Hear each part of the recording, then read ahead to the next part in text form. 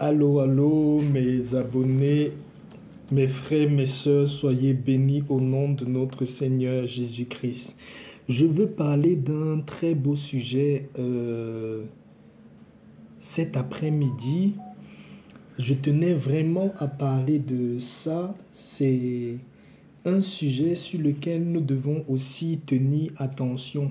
La dernière fois, je disais dans l'une de mes vidéos que j'allais aborder le sujet de notre avancement dans la vie. Et on avait parlé la dernière fois de ce qu'il faut absolument enlever dans sa maison pour chasser la négativité et chasser tout ce qui est des problèmes, des difficultés, des blocages dans nos vies. Aujourd'hui, je veux parler de 4 sujets qui sont un frein, un gros frein à votre prospérité dans votre maison. Il y a certains trucs que vous faites qui freinent vraiment la prospérité dans votre vie et c'est toujours dans votre maison parce que vous devez savoir que l'énergie qui permet de pouvoir avancer, de pouvoir évoluer, de pouvoir réaliser des grandes choses. Notre énergie vitale vient de notre maison parce que c'est dans notre maison qu'on se repose, c'est dans notre maison qu'on dort, c'est dans notre maison que repose notre esprit, repose notre corps, notre âme. Donc, je vais vous donner dans cette vidéo, mes frères, mes sœurs, mes chers abonnés, mes frères, mes grands frères, mes mères, je viens vous donner 4 habitudes que vous devez absolument tout faire pour changer, pour faciliter la circulation de l'énergie de prospérité, de l'énergie positive dans votre maison. Si vous faites ces 4 erreurs-là, vous devez savoir que ça freine beaucoup de choses au niveau de votre avancement. Ça freine beaucoup de choses au niveau de tout ce que vous pouvez entreprendre. C'est des choses tellement simples et qu'on néglige alors que c'est très important. Le premier truc sur lequel je veux vous parler, que vous devez éviter obligatoirement ou vous devez corriger, c'est que quand vous dormez chez vous la nuit, avant d'aller vous coucher, si vous avez fini de manger, s'il vous plaît, quand vous avez fini de manger, lavez toute votre vaisselle propre avant de dormir. Parfois, on a le réflexe de se dire qu'on va déposer tous les assiettes, tout ce qui est sale, et le lendemain, on va se réveiller, on va les laver. Ça, c'est très mauvais. Quand vous dormez avec la vaisselle qui est sale, qui n'est pas nettoyée, vous devez savoir que ça bloque beaucoup de choses. C'est-à-dire, ça met une très grande lourdeur à l'intérieur de votre maison. Comme moi je disais dans l'une de mes vidéos il y a quelques semaines, l'énergie vitale, l'énergie qui circule, qui te permet d'avancer dans la vie, c'est l'énergie qui est autour de ta maison et surtout dans la nuit. Parce que dans la nuit, tu es au repos, c'est où il y a beaucoup de choses qui se passent. Ne laissez plus la vaisselle dans votre maison sale avant d'aller dormir. Si vous avez fini de manger, qu'il y a reste de nourriture, mettez cette nourriture-là dans quelque chose, mettez ça dans le frigo ou mettez quelque part. Je sais que chez nous, en Afrique, il y a certaines familles qui n'ont pas de frigo, qui ont le reste de la nourriture, qui vont réchauffer le lendemain. Mais chez nous, en Afrique aussi, nos mamans, elles ont les cuisines à l'extérieur. Autant mieux la chambre où vous allez dormir ou la chambre où vous allez rester. Ne laissez pas la nourriture ou bien les marmites où il y a encore la nourriture avec vous à l'intérieur de la maison. Vous pouvez prendre la marmite, là, vous partez mettre dans la cuisine de l'extérieur. Si vous n'avez qu'une cuisine à l'intérieur, oui, on ne peut pas faire le miracle. Vous allez garder la nourriture dans la marmite, mais au moins les assiettes avec lesquelles vous avez mangé, s'il vous plaît, nettoyez les assiettes avec lesquelles vous avez mangé. Ne laissez pas le reste. Vous devez savoir que même la nourriture est très sacrée. Quand on finit de manger, des fois même, on demande à quelqu'un de laver lui-même son assiette ou de savoir qui lave ton assiette. Ça veut beaucoup dire. Quand tu finis de manger, que tu laisses ton assiette qui n'a pas encore été lavée, tu ne connais pas qui Tu ne connais pas ce qui se passe dans la nuit, sur les restes de ce que tu as laissé dans ton plat. Donc, s'il vous plaît, lavez vos assiettes avant d'aller vous coucher.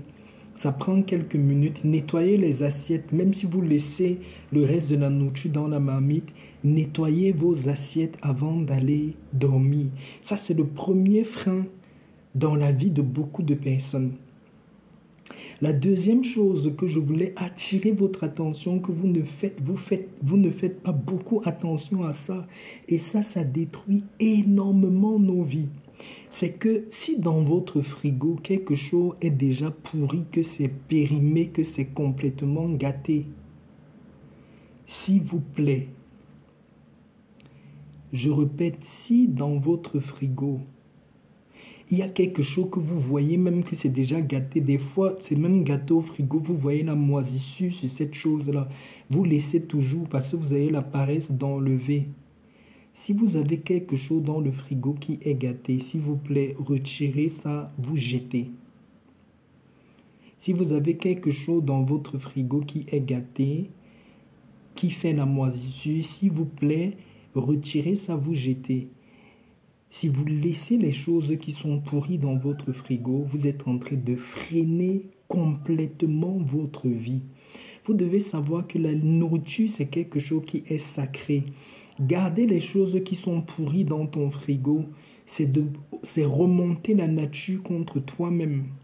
Il y a beaucoup de personnes dans le monde qui n'ont même pas un repas pour manger. Quand tu gardes des choses qui sont pourries dans ton frigo, tu donnes l'information à l'univers que tu ne te soucies pas des autres qui sont autour de toi.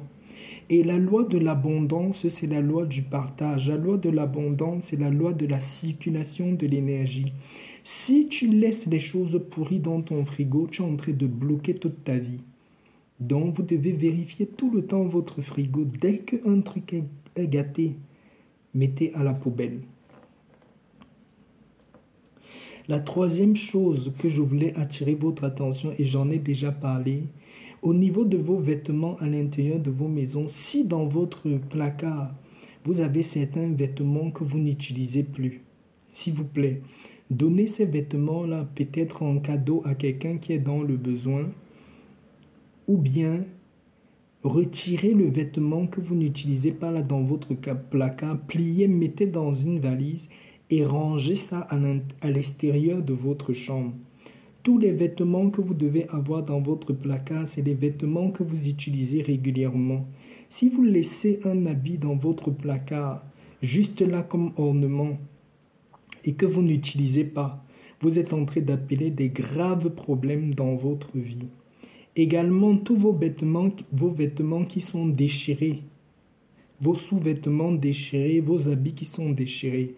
Même si vous n'avez pas le temps, rangez ça dans un endroit. Le jour où vous avez le temps, avec une aiguille, vous pouvez fermer ce trou-là. Mais ne portez pas un vêtement qui est déchiré sur vous.